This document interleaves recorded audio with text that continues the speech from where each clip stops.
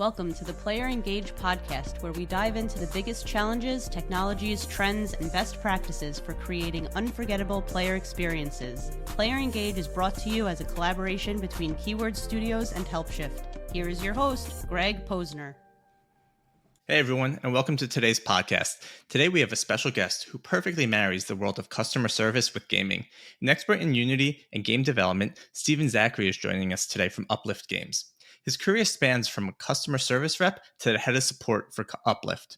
Known for his skill in coaching, communication, IT service management, and more, he has played a crucial role in transforming the player experience.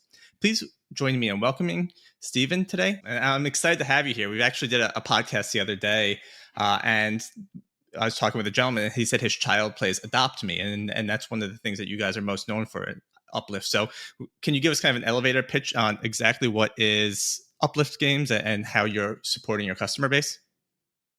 All right, so Uplift Games is a studio that's founded rather recently, about 2 years ago. We technically went by Treetop, or to some players, Dreamcraft before then. Our primary game, well, our only game currently, is Adopt Me. It's mostly just a game about pet raising, role-playing, getting to meet new people. I've always kind of described it as more of a social platform, a bit of an experience in a way where you just get to meet new individuals, have fun, and get to explore around Adoption Island with a bunch of cute furry creatures. Sometimes not furry, sometimes more cephalopody, sometimes more scaly. The point is, we have a lot of pets that you can role play with. No, it sounds fun. I mean, again, we've heard some great things about the game, right? And I'm so curious because I know about Roblox. I am not an expert in Roblox, right? But I know they have so many games built into it, right? So part of my curiosity is clearly Adopt Me is built into this Roblox environment. Was that always the game plan? And I guess how does it work? And I know it's a silly question.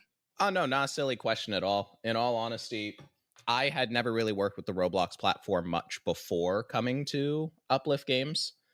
But the way it kind of works, we've always had Adopt Me on Roblox since day one, since the game was first founded by our two co-creators and co-CEOs. Adopt Me was always meant to be on Roblox. The best way to kind of describe working on a Roblox experience is it's not really any different from working on any other game. It's just Roblox provides a lot of what you need to basically get your first step in, hit the ground running, and then it's up to you to sort of make it into the experience you want it to be. Which I think is a cool experience. I remember years ago talking to my brother-in-law, and this is the Minecraft kind of when it was starting to peak, and told him that he should get into this development, this modding community. It looks like Roblox helped enable other people to do that and build that out even more. And the way it sounds, you're almost using it as a platform like a Unity or an Unreal, but you're building it on top of Roblox where they already have this giant user base built in. Exactly. That's kind of the best way to think of it, admittedly, is as a platform more so than its own game. A lot of players will go to Roblox just to find new types of experiences. I know way before the Adopt Me days, like back when I was about like 9, 10 years old, I have some memories with Roblox. Very specifically playing games like Work at a Pizza Place. There was like this theme park simulator that you could play as well.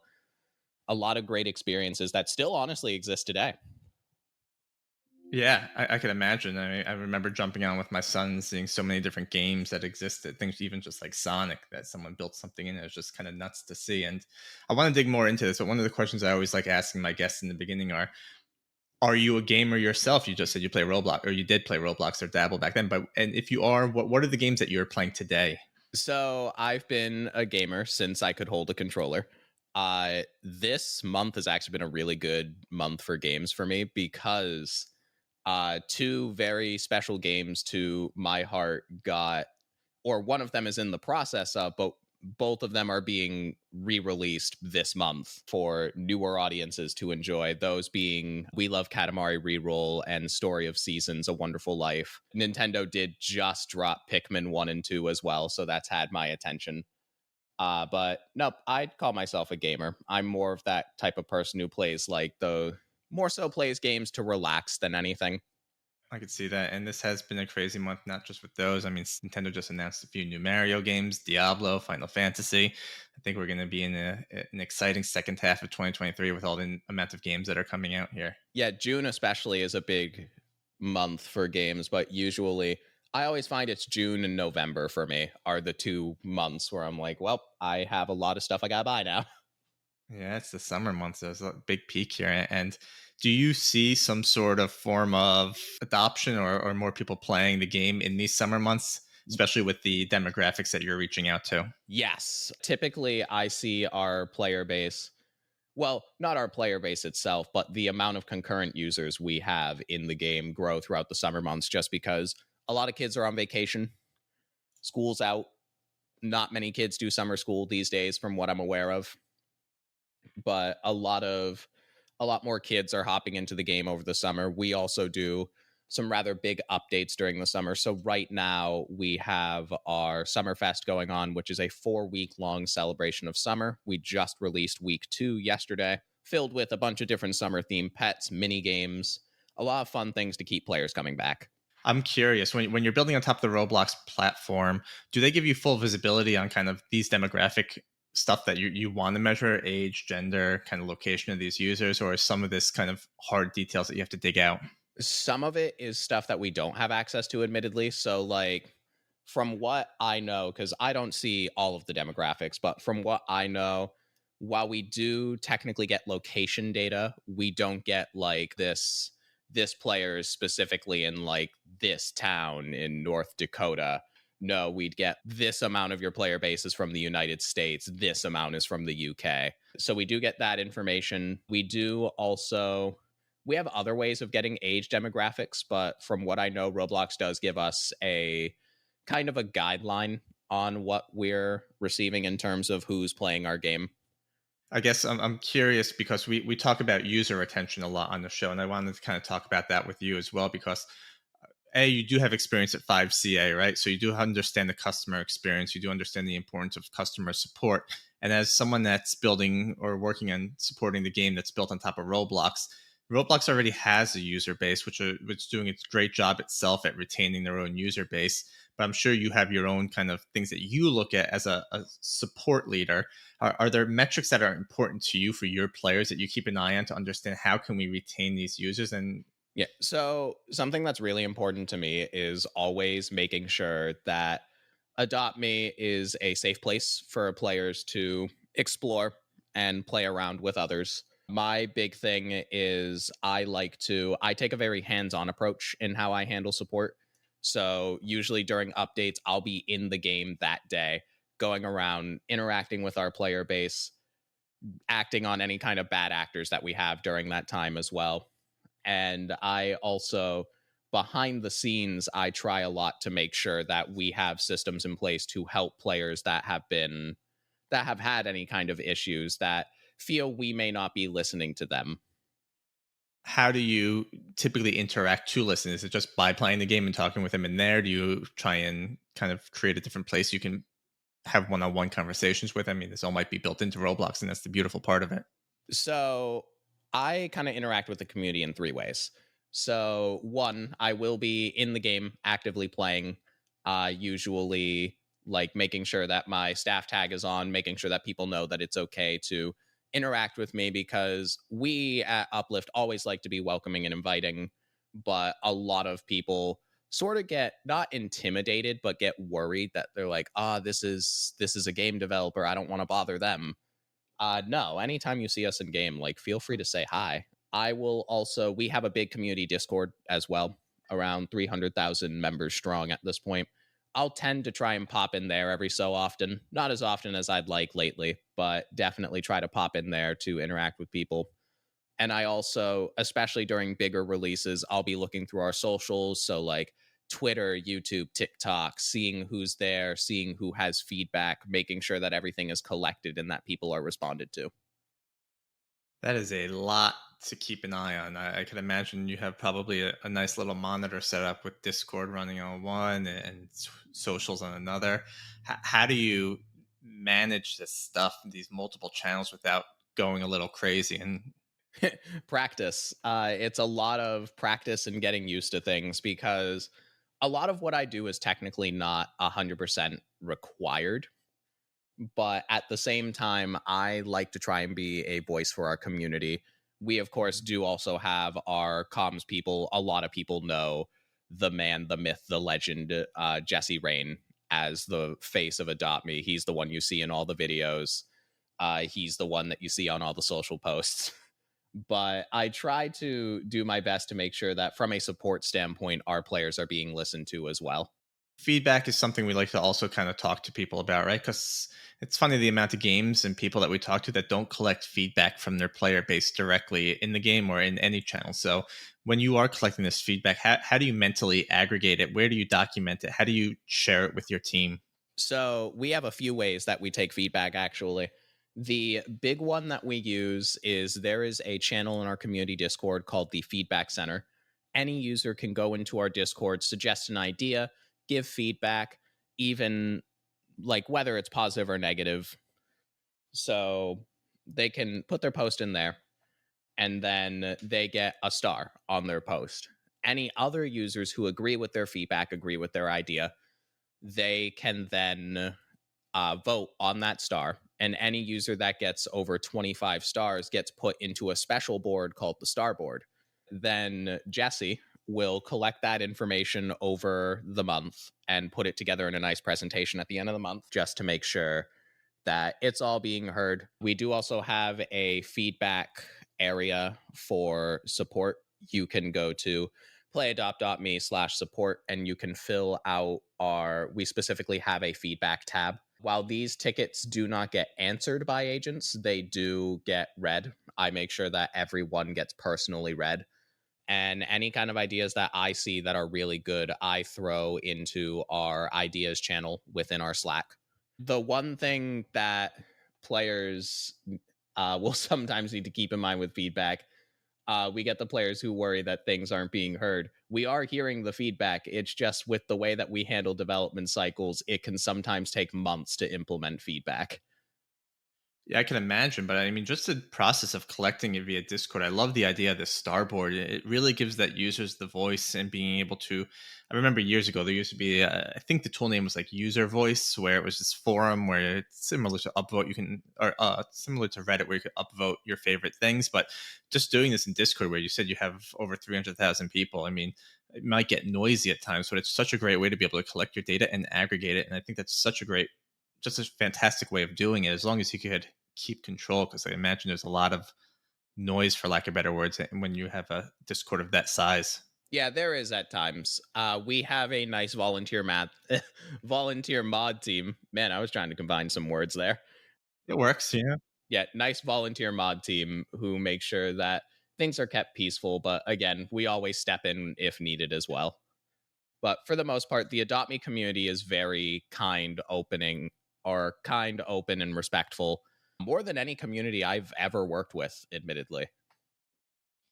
And I have to say, I mean, prior to us talking, and Steve and I started talking a couple of months ago, I wasn't too familiar with Adopt Me, and I started Googling it, and it seems like at one point, Adopt Me had over 500,000 people playing the game concurrently on Roblox, which is a record for anything on Roblox. And I mean, that must just be insane. Like, is Roblox communicating with you or your team or anyone daily, just letting you, like, you are a big part of this community? Am I wrong in my thinking?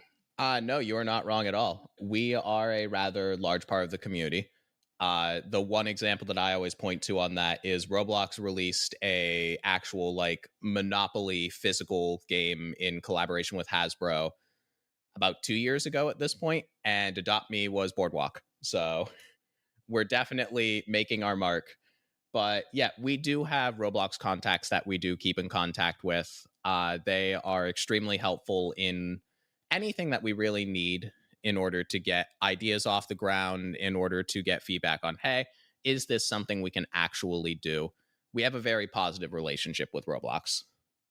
And are they getting feedback from you as well? Have you seen them adopt anything from you guys on either best practices or needs to help enable you to continue to grow? Yes, actually. So I have a contact that I specifically speak to usually about once a month for support things. The whole thing with the Roblox Adopt Me relationship for support is we are both growing and learning independently in this, where Roblox is not used to an experience within their platform having a dedicated support team.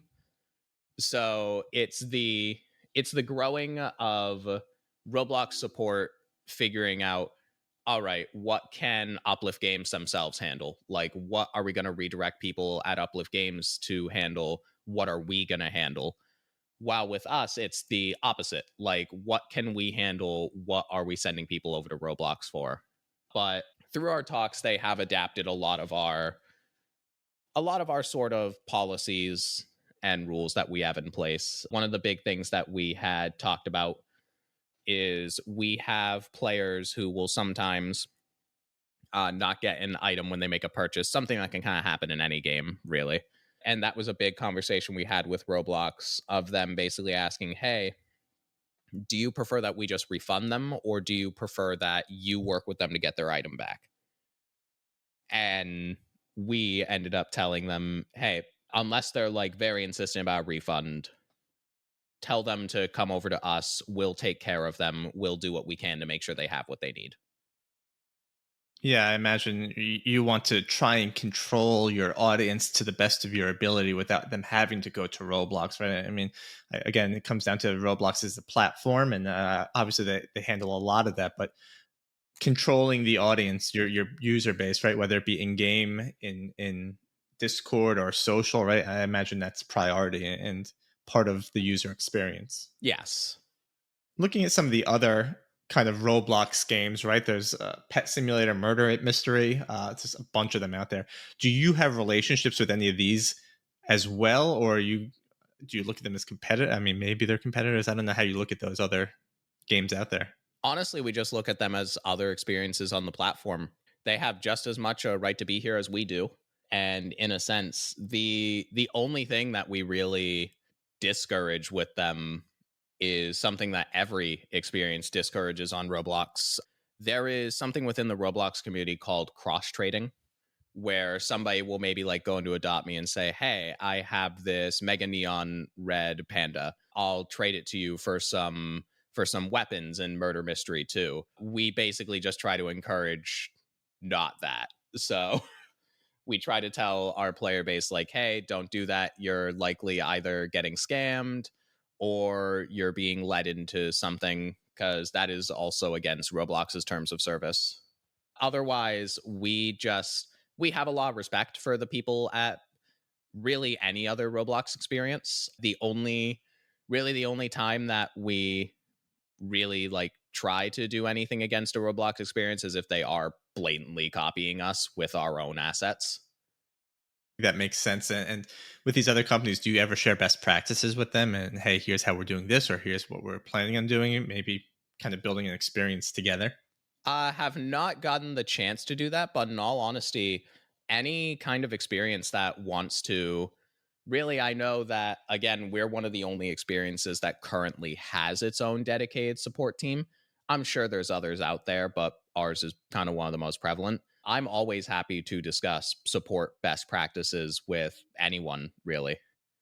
It's something that we see a lot and people just talking about. We have our own little help shift community where people talk about the best practice on how to build out the platform. And obviously that's just unique to us, but there's many other platforms that offer the same thing. And you mentioned you're on Discord, which we know Discord's a huge channel for customer support these days.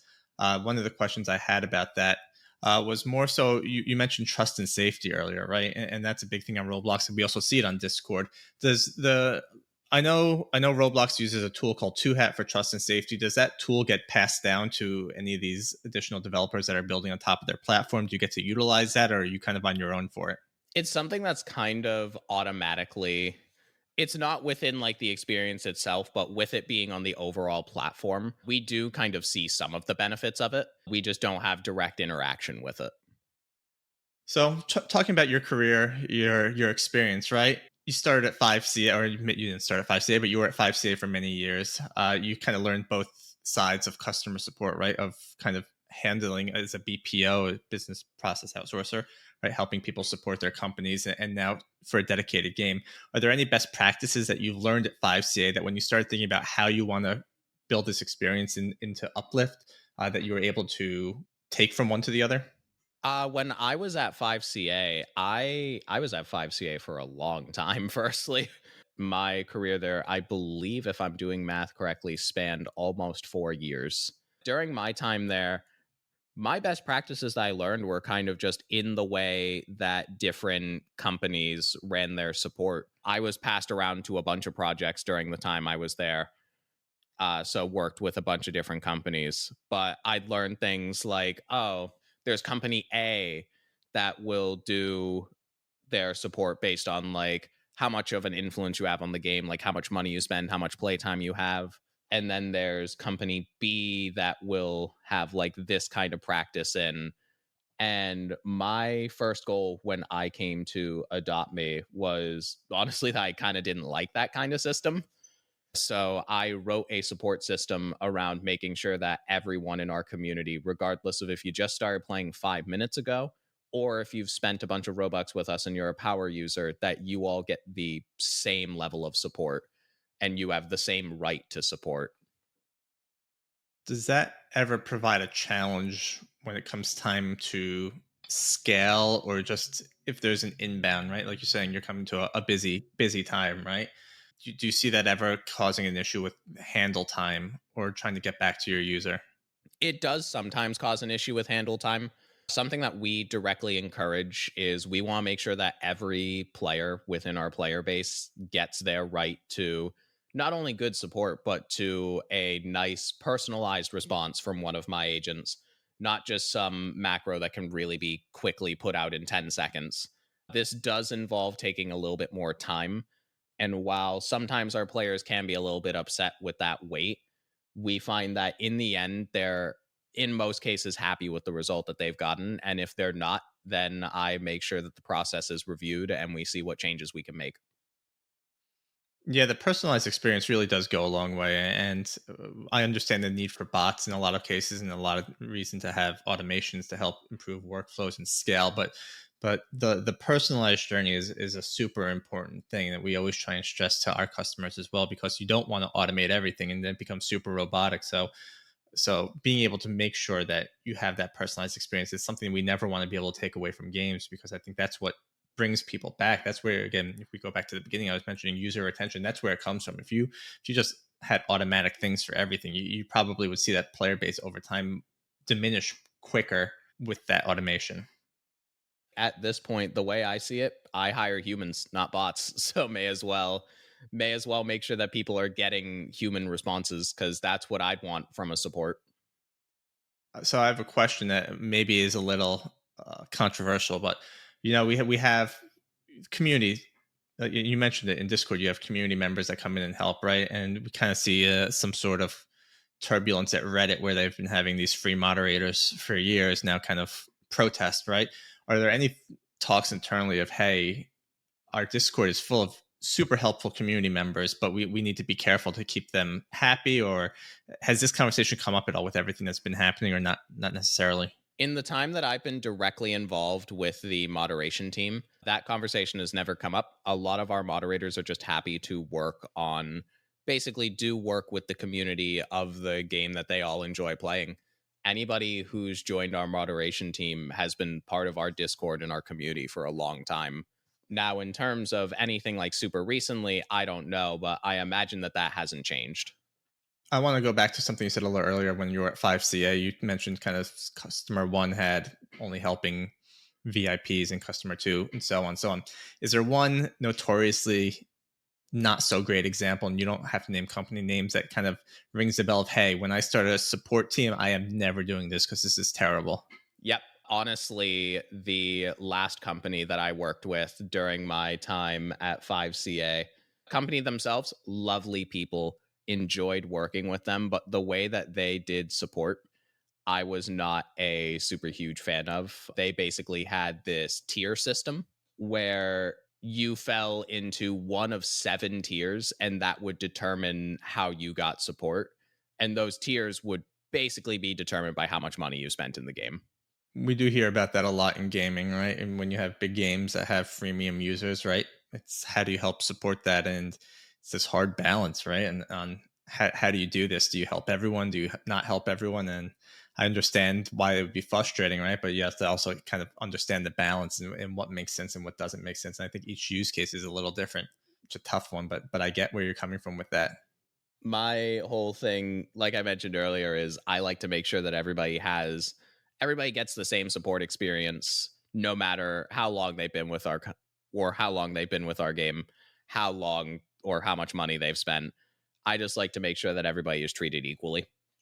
And I think that's a great way to go into it, right? Everyone deserves that opportunity. And for people that are listening and don't quite know what maybe a BPO is, BPO allows you to outsource certain different parts of your business. A lot of times, what that is support. So if a game can't support, if a company is building a game and can't fully support it with the amount of people that they have, they can reach out to a BPO, and a BPO will help provide support agents for that game. So, with that being said, Stephen, if you could go back 5 years and talk to younger Stephen, are there any things that you'd want to kind of focus more on what you were doing to learn more from it? Are there any things you would maybe even tell younger Stephen, hey, do this or do that, kind of best practices learned over the years?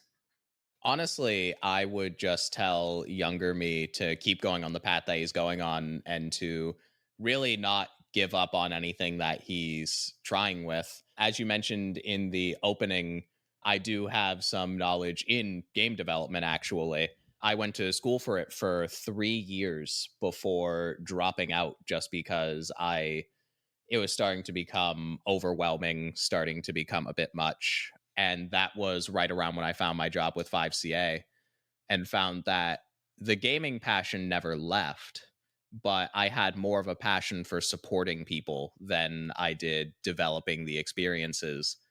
And in a way, if you give somebody a good support experience, you've technically developed an experience with them that they're going to remember. Anybody who contacts support is going to remember the experience regardless of whether it is a I got a robotic response that didn't answer my question, or I got a kind agent that while they couldn't help me with my individual request, they still took the time out of their day to make sure that I was helped. I love hearing that because it reminds me sort of why I'm excited to do this podcast, because I went to school and I wanted to learn how to code so I could build games, and I remember taking a C++ class because you had to pass that, and I was just terrible at it. I couldn't code, and I told myself I'm not going to be working in gaming because I don't know how to code. And then you don't really think about it when you're younger, but the ability to do customer support to build these experiences, the ability to play test, the ability to, there's just so many different options on how you can enter that gaming realm. But in my mindset, and this was before the ages of podcasts and YouTubes all over the place, like I thought to myself, you had to be a coder to do this. And being able to understand that's not true is what's exciting to me. And this is the stories I want to share, because I know there's younger versions of me that are out there that want to learn more about gaming and don't go, no, I'm saying don't go into coding, but it was not for me. And that realization clicked, and I wanted to be able to share that story. And it sounds like same sort of thing with you, except you could probably do coding a little better than me, but that wasn't where your passion truly lied. Yeah, like I enjoy doing some of the coding aspect, but I'm not an ideas guy in that regard. Like I cannot come up with like good ideas for games. Honestly, like our two co-founders can. Like Adopt Me has been an amazing experience and they keep providing amazing ideas for the experience. But yeah, honestly, getting into the games industry is not just about coding anymore. It may have been years ago, but nowadays if you can be active on social media, if you can be a supportive individual, if you know how to test games, heck, if you want to, in a way, if you want to play them and stream them or stream them, you have a seat in this industry. Yeah, Twitch opened up crazy amount of doors of what you're being able to do, and now being able to watch esports on TV is just a mind-blowing thing. When you're turning on ESPN and for some reason you see a bunch of people playing League of Legends, you're like, wow, this is crazy that this is on ESPN or something like that. Yeah, exactly. Like seeing the game streaming world especially blow up over for me, like the past 8 years has been amazing to see. Going back to kind of your relationship with Roblox and how your team continues to kind of build out your user experiences, it's very personalized based on what we heard. Are there specific metrics that you are monitoring? Kind of, again, you don't look at them as segments, right? Your VIPs, the people that play a lot, but are these things that you're just monitoring to see how often people return, how long they're playing for, and so on? So, a few things that I look into myself. We do have a trading system within Adopt Me. I do check the metrics of what reports we get in that trade system every week. Usually, I put them in a nice little sheet so I can keep track of different trends. This helps me with doing a lot of different changes to our support. I know right now there is a particular queue within our support that has been closed for a long time that we are looking to reopen. Anyone in our community will know what I'm talking about. And I'm hoping to have news on that soon in regards to that. Just figured I'd bring that up while I'm bringing up trade report metrics. Yeah. On top of that, I do also check things like within our ticketing system, for instance. I like to see how long it's taking agents to solve issues, not only in the sense of like, how long is it taking you to get to this person's ticket, but also we have a system in place called a touch system. So, how many times did that agent have to respond to this player before the issue was solved? So, something that every agent has within their metrics is a one touch and a two touch store or score. Sorry. One touch, two touch score, which is how many of all your tickets last week, what percentage of them were you able to solve with just one reply? What percentage of them were you able to solve with two? And that's more so nothing to like punish agents on or anything. That's just for me to help with coaching and to make sure that players are getting the responses they need. Because sometimes we'll have a player that needs 5 to 6 replies. That's more than okay.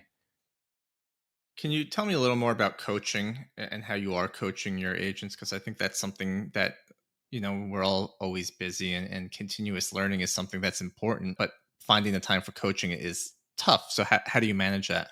For the agents that need it, or that feel they need it, I give them a once a week time slot of 30 minutes that they can just have me on like my undivided attention for that full 30 minutes for us to discuss their growth, how they're doing, and what some good next steps and improvements are. Every agent, regardless, gets a slot every 2 weeks, but there are some agents who just prefer to meet once a week, and that's fine with me. I'm happy to make the time. But something else I also kind of do, and this is where I don't want to say I've adapted a unique leadership style, but it's one that I definitely would like to see heads of take more if it's ever possible, at least in the support field. I never really refer to myself as a leader with them. Obviously, I am their manager, I am the head of their department. But in my eyes, I always put myself on their level. So there will be days where, like, oh, our queue is getting a little bit backed up. I'll sit in and do some tickets for a little bit with them, alongside them. I'll sit in calls with them, discuss various support things that they need. We also have a once a week meeting where I have all of them in the same room. I'm actually stealing an idea from a manager starting next month. And if any of my support agents are listening to this, I haven't told them yet. So I guess they'll find out later today. One of our heads of, specifically, once again, Jesse, does a kind of 90-minute meeting every month with his team to go over the entire month. Him and I were discussing that the other day.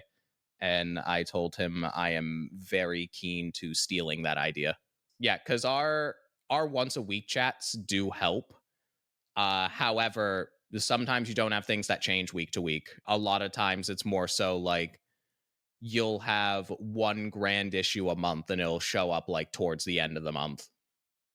Sharing those best practices, even if they're internal with your other managers, are super important. And that's why we like to have a community where you can kind of have these leaders share their best practice no matter what gaming company they're from. Because in this customer experience, customer support world, I don't really feel like there's a great sounding board for how we do stuff, right? But if we start sharing what works for us, what works for them, you can almost build this great process out to make sure you keep everyone happy. Because we talk about customer satisfaction or CSAT quite often for our players, but we also like to think that there's this internal CSAT. Are my agents happy? How do I keep them happy? Because agents are tough to replace if you need to. There's a lot of training that goes into it, especially when someone learns a game and knows a game. That's such a valuable skill to have. So being able to share that knowledge and make sure you hear them and coach them properly is so essential. Exactly. Something I actually heavily encourage with my agents that help a lot in honestly their happiness and their growth is I tell them, hey, I want you to take ownership for your work.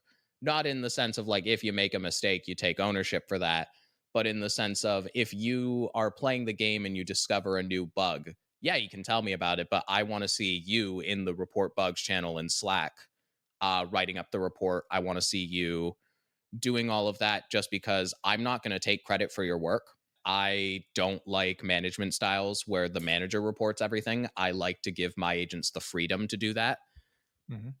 because it really shows other people in the company what they're doing. And it's led to some internal promotions as well. It's interesting. I remember my time in support, and I remember kind of this realization that hit me. I was out of college, and we had some employees in our support team that just didn't want to grow. They were happy being that level one support agent. And at that time, I was like, why don't you want to do more? And then it just hit me. It's just like they're happy with what they're doing. And the truth is that level one support is such a hard role. And if someone's happy in it, you just want to leave them there. So just making sure that they are happy. If there are complaints that they do have, addressing those so you can keep those level one support reps there. That they're kind of that first line of support when someone reaches out. And it's just funny to hear that because it's something that I forgot about and just clicked as we were talking about this. Yeah, I always try to put my agents' happiness first in the sense of I think I have this talk with them about like once a quarter at this point, so once every 3 months in that hey, if you have growth plans and they don't involve being in support, I still want you to tell me. I'm not going to be upset. I'm just going to start dedicating resources to helping you make this growth plan happen cuz at the end of the day, I'd rather you go off to where you want to be and be happy than stay where you may be like steady in the sense of you know what you're doing with support, but you're not growing, you're not improving, you're just staying stagnant. Right. And even if you have that employee that wants to go to QA or product and you can help get them there, that gives you, the manager of support, an ally that's going to another department that if you ever need anything, they'll remember that you helped them out and they're going to help you out. It becomes this. I always used to call it just network internally. Network internally. Get to know everyone, get them to be your allies, and they'll help carry you. And I think that's the most essential thing is understand. And Stephen, you did say this very well, right? Understand what your employee's goal is and don't discourage them, help them get there, and they'll forever be your ally to help you succeed going forward. Exactly. That's honestly one of the best ways to look at it. We have a fair example of that, actually. The person who led the support team before I worked at Uplift Games, before the head of support role technically existed, is still with the company, but he's now a programmer. He now does a lot more programming as opposed to support. And I'm very happy that we were able to make that change happen. I was going to guess if it was Jesse, but I guess not. No, not Jesse. As far as I know, Jesse has never held a support role, at least within Uplift. I do not know his prior work history, but no, our previous head of support technically is now an engineer within Uplift Games. And I also kind of have him to thank because if it wasn't for him having that goal, I wouldn't be here today. So, So you manage a lot, and I want to talk about that just again the community aspect of it. You're doing Discord, social, your game itself, right? If I had to ask you, what is the one tool that you use, or the one program that you use on your computer that you can't live without? What would you think that would be? so honestly, for me, I'd have to wrap that into two things. One of them is not so much a program, but a hardware tool. The Elgato Stream Deck Plus. Stream Decks aren't just for streaming people. So At this point, it really helps me with getting a lot of management, doing things a lot quicker. So, like, if I click into Slack, for instance, I have a bunch of shortcut keys for like writing a post for the agents, going to this specific person's DM, stuff like that. And I also have a bunch of sound tools within there for like, hey, if I'm in an important meeting and don't need to be or don't want to be interrupted, I can just hit a button and that mutes notifications in all of my other platforms for the duration of the meeting. But the other thing is honestly, I heavily recommend Grammarly for business for anybody. Grammarly in general for anybody who doesn't use it. That has been my one sort of life saving tool. I do a lot of typing and a lot of writing. Really, any macro an agent may send, any documentation you see that's going out, whether it be on like our help desk or on our support Twitter, the very rare times we update the support Twitter, that's usually written by me. It helps to have that sort of second review step of, hey, did I write everything right? Is everything grammatically correct, spelt correctly? Because even when you've been in the industry for years, you still make mistakes. Two points. One, you're not the first person to tell me about the Stream Deck, and now I'm even more fascinated. I guess I just need to look at it at this point, because when multiple people start saying that, it definitely Yep, should. I have two at this point, so it's Wow. definitely because they make a bunch of different models. I have one 8-button one with a bunch of like volume knobs on it, and then one 15-button one, and those help a lot with my productivity. A lot of my agents also use them. I will check that out after this. And then the second one is Grammarly. And I, too, am a big fan of Grammarly.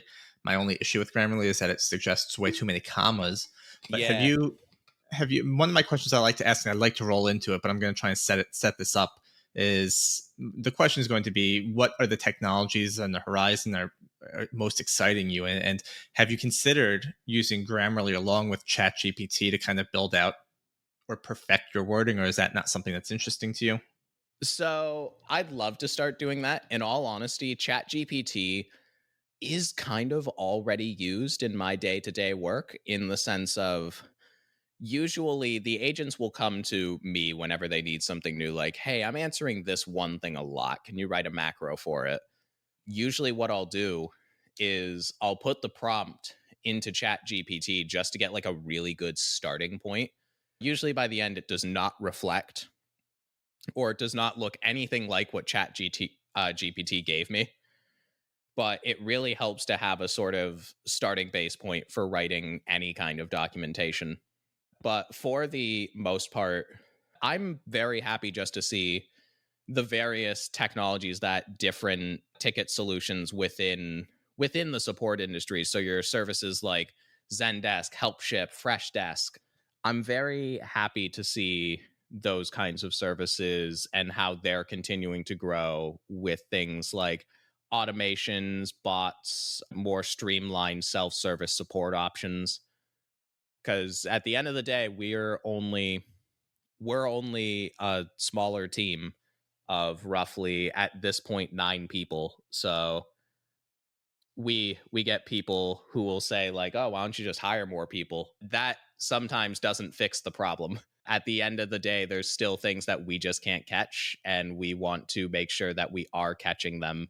We're actually in the process of doing a more behind the scenes overhaul of how support is being run, so players should be starting to see some changes in the fall months as to how support is being run. Again, hoping to have more news on that later on that I can actually discuss. And I think, I mean, I can only speak for one of the tools that you mentioned there, right? But I think we all also look to feedback from you guys, from the other communities on what's important, right? We sell bots, but we also sell agent experiences and stuff like that. So we don't want to force something that doesn't make sense. And I think this feedback, I mean, we look for feedback just as you look for feedback, and try and build experiences that are right for you. So the more we hear, the better. And I think that goes across any industry, any type of company. If you're talking with someone, feedback to help grow is what's essential to do that. Exactly. Even feedback as little as that sounds good or this doesn't sound good is still way more helpful than you think. Steven, I think that's all I have for you today. You answered all my questions, and I really enjoyed our conversation. Before I let you go, I want to ask, is there anything you want us to talk about or share with anyone that's listening? What I really just want to share is, again, like you and I have kind of discussed during this chat, don't be afraid to get your foot into this industry. I know there are a lot of people, younger versions of you and I, who really want to get into the games industry but are intimidated because they think it's going to involve doing a lot of computer coding or having to be really skilled at art. No, there are avenues where you can get into this industry. You'll still have to do a little bit of work on your end, but there are avenues where you can take your own skill set and just make it work in this industry. If you find that you're really good with words, you could go into comms, you could go into support. If you find that, again, you're really good with art, look for art. If you're really good at finding bugs in games, go for QA testing. There's a lot of different options, and the sky's the limit, in all honesty. And I would double down on that and say, take advantage of today's generative AI, right? This is changing the game, and it's not going to make you good at something you're not good at. But what it's going to do is it's going to help enable you to have a starting place, which is what Steven mentions. The most important part of it is having that starting spot, and you can continue to build off of it. If you can become an expert in these tools in the coming years, my belief is that these are going to be the most powerful tools we can learn. So this would help you also get a start in this industry, right? Help enable you to go a little further. Couldn't have said it better myself, Greg. With that, Stephen, I really did appreciate this conversation. We'll have all the show notes as well as any information about Stephen on our website as well as on this podcast. So I appreciate you coming out today, Stephen, and I hope you have a great rest of your day. You as well, Greg. Thank you for having me. It's been a pleasure. Join us next week as we invite Mark Val from Photon Engine to talk about actionable insights from data and monetization. Thanks again for joining us and have a great rest of your day.